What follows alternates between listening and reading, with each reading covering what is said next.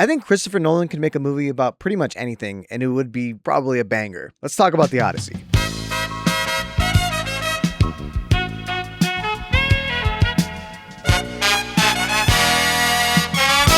The Odyssey stars Matt Damon as Odysseus. After winning the Trojan War, is just trying to get back home to his family, which takes a long time for a multitude of reasons. Meanwhile, his wife back at home, Penelope, played by Anne Hathaway, and his son, Tom Holland, have to deal with all these suitors that want to marry Penelope, because they all assume that Odysseus, by this point, is dead. It's that Homer classic, baby! I'm not the most versed in Greek mythology, but I do know enough about the Odyssey, so I was excited to see how Christopher Nolan would interpret this classic tale. So in this review, I'm just going to talk about some things that I really liked, some things that I didn't like, and I'll try my best to be as spoiler-free as possible. But I will talk more heavily about spoilers a little bit later, and there will be a spoiler warning, so don't worry. We'll talk about spoilers later, okay? So right off the bat, the movie is almost 3 hours long, but it really didn't feel that way. I found that the movie had really good pacing. There are a lot of different parts that happen in the Odyssey because that's just how it is, and I think Christopher Nolan did a good job at correctly choosing the ones to focus on more heavily and others to just kind of gloss over. So if you're worried that you're going to be really tired or something watching this movie, it goes by pretty fast. I thought a majority of the cast was really outstanding. Matt Damon plays the titular character Odysseus, and he honestly did a pretty good job. He has to convey a lot of different type of emotions, and I think he just nails almost every single scene that he's in. It still feels like Matt Damon, but like the good Matt Damon, you know what I mean? Anne Hathaway as Penelope was very good. She really ate up every single scene that she was in. I was very surprised because one of my favorite performances was John Bernthal. He does just play himself, but it just really worked for this movie. I also really liked Robert Pattinson. He gave his character that could have otherwise been a very one-note type of villain a lot more depth. And he also just had some really funny line deliveries that I just really enjoyed. Also, Benny Safdie as Agamemnon, I think I'm pronouncing his name correctly. He didn't really have that much screen time, but my God, he had aura. But in general, there's just a ton of different famous people that are playing every single other character, and almost everybody did a great job. The movie was shot beautifully, which is exactly what you'd expect from Christopher Nolan. I really like the designs of a lot of the different characters and creatures and different things that you encounter in this movie, and I really appreciated Christopher Nolan's interpretation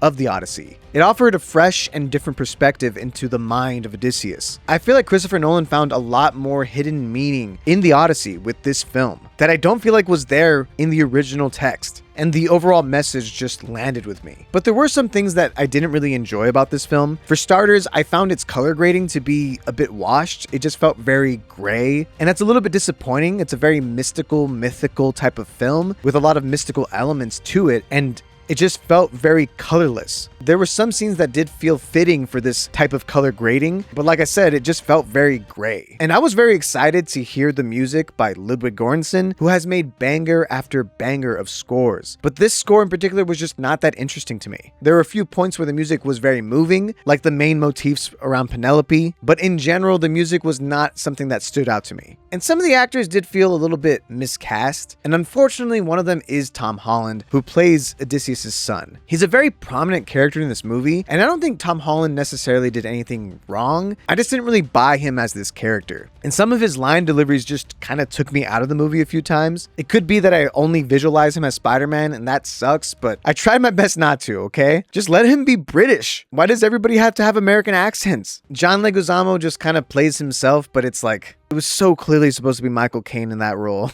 And one of the biggest problems I had is that the sound was just kind of bad at times. Anytime you're in a dining hall with other people in the background and you're trying to hear the characters speak, you can't really understand them because there's just so much background noise happening. And on top of that, they're saying these names like Agamemnon or something like that, right? So you end up missing a ton of dialogue. This is not a new issue that Christopher Nolan has had. I remember this issue coming up with Tenet when they're explaining the entire heist scene in Tenet, but you couldn't hear anything because for some reason the music was stupid loud and there was also like plane noises and stuff. It kind of felt like that, and I was really worried the rest of the film would feel that way. Thankfully, whenever you're not in like a dining hall, you can understand the movie. Thank God. But overall, I really did enjoy the Odyssey. I can see myself rewatching this for sure. I don't think this movie is a masterpiece by any means, but it definitely was a good time the whole way through. So I'll be giving the Odyssey an 8 out of 10.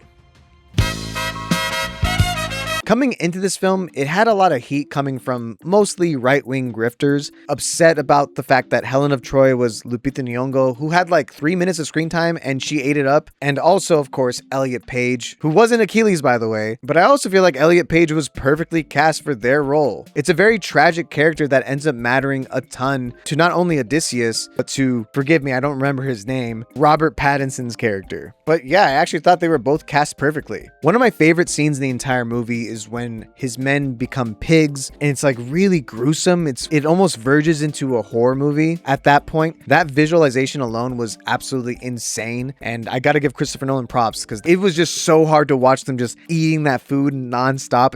It was so gross. It was kind of awesome. And my favorite scene in the entire movie was when they go to Hades and they're talking to the men that have died and have not been buried properly. That entire scene looked incredible, felt amazing. It was so visually stunning. Yeah, I just think that scene went really hard. Christopher Nolan's version of the Trojan horse story is absolutely phenomenal. It makes it so much darker and grittier. It shows the claustrophobia, uncomfortable position that they had to be in just to successfully get the Trojan horse into Troy. And it's this extra layer that you would never have thought of. Like, people died in the horse. People were pooping and peeing and dying in the horse just to win this war. And I mentioned earlier, I really do like Christopher Nolan's interpretation of the Odyssey because it gives a lot more agency to Odysseus. In the original Odyssey, it's just Poseidon punishing Odysseus, and you feel bad for Odysseus because what he did was like not that big of a deal to warrant being kept away from your family for almost 30 years. But here, Christopher Nolan interprets this banishment, this exile, as a way for him to almost atone for the sins that he created. The sin of lying to people, using their goodwill to trick them into bringing in this Trojan horse and then toppling an empire. They kept calling it Zeus's law in this film, but basically I love the idea that Odysseus single-handedly ruined and made Greece worse for everybody. He's the reason why these suitors are in his house, being completely disrespectful to his wife and child, because he set that precedent with the Trojan horse story that was told to everybody. It's just a really cool way to interpret the Odyssey. And they kept hinting about these sea people that would come and pillage and rape, and everybody's so afraid of these sea people, right? But in reality, these sea people was Odysseus and his crew. It was them. They were the ones that were sacking people and disobeying Zeus's law. And the only way for Odysseus to go home was not only to apologize to Poseidon, but also accept responsibility for the sin that he has caused.